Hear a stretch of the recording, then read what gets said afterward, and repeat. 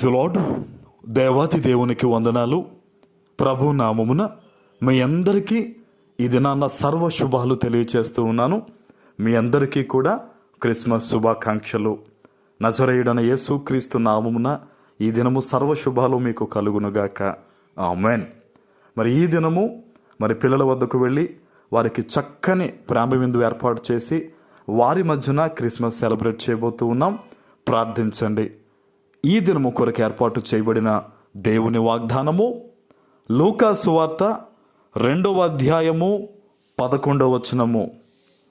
దావీదు పట్టణమందు నేడు రక్షకుడు మీ కొరకు పుట్టి ఉన్నాడు, ఈయన ప్రభువు అయిన క్రీస్తు. దేవుని నామానికి మహిమ కలుగునుగాక. ఈ దినము ప్రపంచవ్యాప్తంగా కూడా క్రీస్తు జన్మదినాన్ని జరుపుకుంటూ ఉంటారు. మా కొరకు రక్షకుడు 2000 సంవత్సరాల క్రితం పుట్టాడు. మేమందరూ సంతోషగానాలు ఈరోజు మేము చేస్తామని ప్రతి ఇంట్లో ప్రతి ప్రాంతంలో కూడా క్రిస్మస్ యొక్క జన్మదినాన్ని, క్రీస్తు యొక్క జన్మదినాన్ని ప్రతి ఒక్కరూ జరుపుకుంటారు. ఈరోజు దేవుడు ఒక గొప్ప వాగ్దానాన్ని నీకు ఇస్తూ ఉన్నాడు. ఆనాడు గొర్రెల కాపరులకి దూత ఈ మాట చెప్పింది. ఏమనంటే, దావీదు పట్టణమందు రక్షకుడు మీ కొరకు పుట్టి ఉన్నాడు. ఇక్కడ ఏమని చెప్తుందండి దూత? రక్షకుడు మీ కొరకు పుట్టి ఉన్నాడు.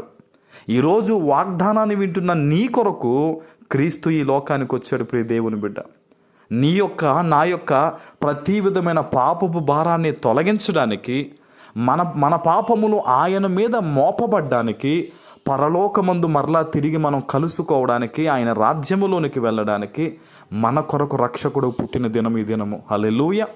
ఈరోజు దేవుడు మరలా మనకి తెలియజేస్తూ ఉన్నాడు, మన యొక్క ప్రతి విధమైన భారము, మన యొక్క ప్రతి విధమైన అవసరత, మన యొక్క ప్రతి విధమైన పాపము, ఇవంతా కూడా మనం ఆయన మీద మోపగలిగితే గనక, ఇక నాకు ఈ పాపానికి, నాకు ఈ రోగానికి, నాకు ఈ అప్పుకి, నాకు వీటికి సంబంధం లేదు, నేను క్రీస్తు బిడ్డని అని నువ్వు ఆయనకు అంగీకారాన్ని తెలిపి ఆయన్ను నీ జీవితంలోనికి నీవు అంగీకరిస్తే, ఆహ్వానిస్తే గనక నీ జీవితంలో చాలా గొప్ప రక్షణ ఈ దినము ఉదయించబోతూ ఉంది. హల్లెలూయా.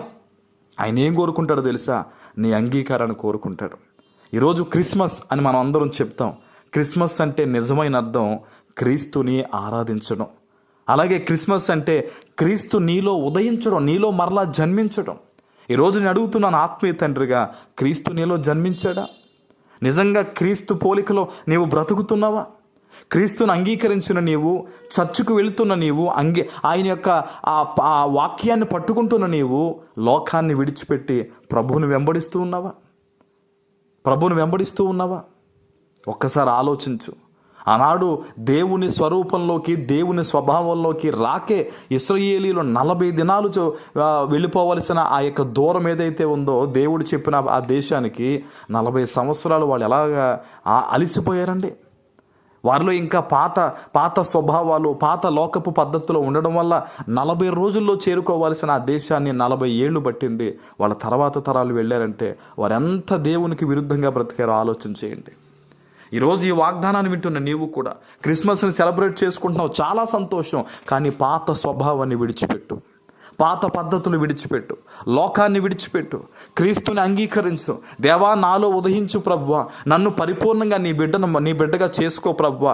నా కొరకు నువ్వు ఎప్పుడో వెల చెల్లించావు గనక ఈరోజు చెప్తున్నానయ్యా, నా మీద ఏ అప్పు ఉండకూడదు, ఏ శ్రమ ఉండకూడదు, ఏ కష్టము నాలో ఉండకూడదు. నా జీవితంలో ప్రతి విధమైన బాధను నా నుంచి తీసివేసి నాకు రక్షణ దయచే ప్రభువా అని ఈరోజు ఈ వాగ్దానం విన్న తర్వాత నువ్వు కన్నీటితో ప్రార్థన చేయగలిగితే, ఆనాడు గొర్రెల కాపరు చెప్పారు ఒక మాట, వాళ్ళకి దేవదూత చెప్తుంది, మీ కొరకు పుట్టాడు అన్న మాట ఏదైతే ఉందో, ఈరోజు నిజంగా దేవుడు నీ పక్షాన కార్యం చేసి నేను సంతోషంతో నింపబోతూ ఉన్నారు.